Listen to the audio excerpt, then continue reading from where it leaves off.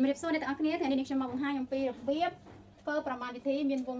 ក្រចកដង្កៀបអញ្ចឹងតើគេធ្វើបែបណាទៅឥឡូវសូមតាមដានទស្សនាទាំងអស់គ្នាអញ្ចឹងដើម្បីធ្វើប្រមាណវិធីដែលមានវងក្រចកនិងដង្កៀបបែបនេះអញ្ចឹងជាដំបូងត្រូវធ្វើប្រមាណវិធីនៅក្នុងវងក្រចកជាមុនសិនចានៅក្នុងវងក្រចកឲ្យហើយអស់សិនបន្តមកចាំធ្វើគ្នាខាងក្រោយឥឡូវសូមមើលទាំងអស់គ្នាណាអញ្ចឹងលេខនេះចាដង្កៀបតមក250ចែកនឹង5ចាមានវងក្រចកមួយចាបូកនឹង250គុណនឹង2មានវងក្រចកមួយទៀតបន្តមកគុណនឹង125ចែកនឹង25មានវងក្រចកមួយទៀតហើយបន្តមកមានឃ្លៀបបន្តមកចែកនឹង5ចាអញ្ចឹងជាដំបូងអ្នកទាំងអស់គ្នាត្រូវធ្វើប្រមាណវិធីនៅក្នុងវងក្រចកជាមុនសិនណាចាអញ្ចឹងវងកញ្ចក់មាន3អញ្ចឹងត្រូវធ្វើវងកញ្ចក់ទី1សិនអញ្ចឹងវងកញ្ចក់ទី1នេះគឺយក250ចែកនឹង5តាមឥឡូវធ្វើទាំងគ្នាមកអញ្ចឹង250ចែកនឹង5បានមែនចម្លើយណាបាទ5 25 25 0តម្លាក់0ចាក់តាមចេះចំខែ0មួយចេះចម្លើយឃើញ50បន្តមកអ្នកទាំងអស់គ្នាចាចម្លើយរបស់វាឃើញ50ណាចេះដាក់ចូលមកខាងក្រោមមកងាយស្រួលជាងចាតមកសញ្ញាបូកនេះតម្លាក់ចូលមកសិនណាដែរសិនហើយមើលនៅកន្លែងជាបន្តតទៀតនេះគឺជាលេខដែលមានវងក្រចកដែរអញ្ចឹងត្រូវធ្វើលេខក្នុងវងក្រចកនេះបន្តទៀតណាអញ្ចឹងយក250គុណនឹង2 2 0 0 2 5 10 11 2 2 14ចូល1 5អញ្ចឹងចម្លើយរបស់វាឃើញ500អញ្ចឹងដាក់នៅខាងក្រោមនឹងតែម្ដងណា500នេះលេខនេះណាអញ្ចឹងកាលណាដែលចែកហើយគឺអត់មានវងកញ្ចក់ទៀតទេមានថាចម្លើយរបស់វាឃើញ50គឺអត់មានវងកញ្ចក់ទៀតទេណាកន្លែងទៅនេះណាចំណុចទីនេះកាលណាគុណហើយគឺអត់មានវងកញ្ចក់ទៀតទេគឺឃើញចម្លើយបែបនេះបន្តមកសញ្ញាគុណនេះតើមកដដែលមក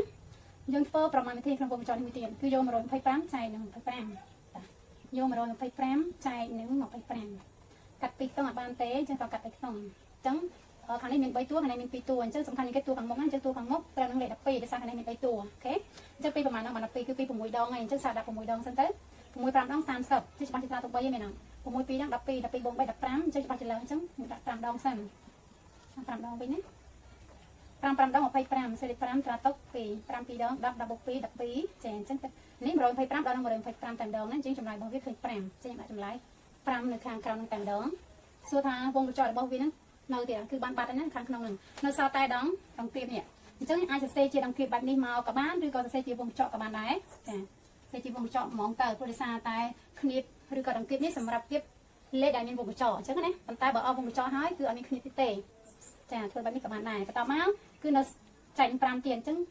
ចែកនឹង5នេះដាក់មកវិញក៏ដែរមកហើយស្មើដែរណាចាអញ្ចឹងលេខនេះត្រូវធ្វើប្រមាណវិធីក្នុងវងកញ្ចក់នេះទៀតទាំងអស់នេះបញ្ចូលគ្នាណាតាអញ្ចឹងយក50បូកនឹង500គុណនឹង5ចាអង្ការពីវគ្គមុនណាពុកម៉ែបងប្អូនខមមិនថាចែកអង្ការមុនណានេះ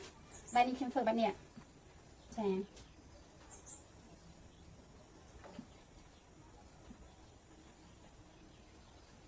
ខ្ញុំធ្វើបែបនេះអញ្ចឹងណាចា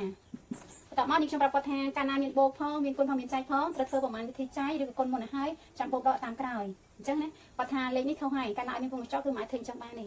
តាមការពិតនេះគឺជារបៀបនៃការប្រាប់បង្ហាញនៅពេលដែលជួបលេខផ្ទះបែបនេះចាអញ្ចឹងត្រូវតែធ្វើប្រមាណវិធីចែកមុនឬក៏គុណមុនហើយតាមបូកតាមក្រោយអញ្ចឹងណាចាឥឡូវមើលលេខនេះវិញអញ្ចឹងលេខនៅក្នុងគុណកញ្ចក់នេះឃើញទេវាមានទាំងគុណវាមានទាំងបូកអញ្ចឹងអ្នកទាំងអស់គ្នាធ្វើយ៉ាងម៉េចបូកមុនមិនមែនទេលេខវាត្រូវធ្វើប្រមាណវិធីចែកឬក៏គុណមុនបន្តមកបានបូកឬក៏ដកតាមក្រោយអញ្ចឹងណាអញ្ចឹងយក500គុណនឹង5ចា500គុណនឹង5មុនណាចា0 50ដង0 5ដង25នេះគឺជាចម្លើយណាគុណឃើញបែបនេះបន្តមកទៅយកមកបូកតាមក្រោយនេះបូកនឹង50ចាំដាក់សញ្ញាបូកមកបូកនឹង50ទៀតមកចា0 5បូក0ស្មើ5 5ទម្លាក់2ទម្លាក់អញ្ចឹងចម្លើយរបស់វាស្មើ2550អញ្ចឹងវងកញ្ចក់នេះ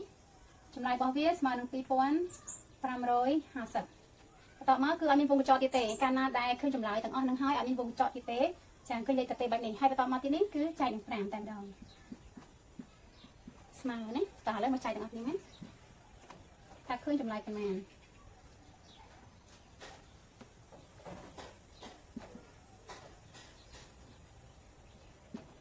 5 5ដង25 25 2 25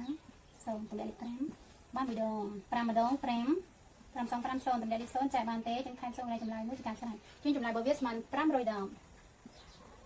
ចានេះគឺជាចម្លើយរបស់វាណាចាអញ្ចឹងសម្រាប់លេខនេះគឺឃើញប៉ុណ្នេះអញ្ចឹងសូមអរគុណសម្រាប់ការតាមដានទស្សនា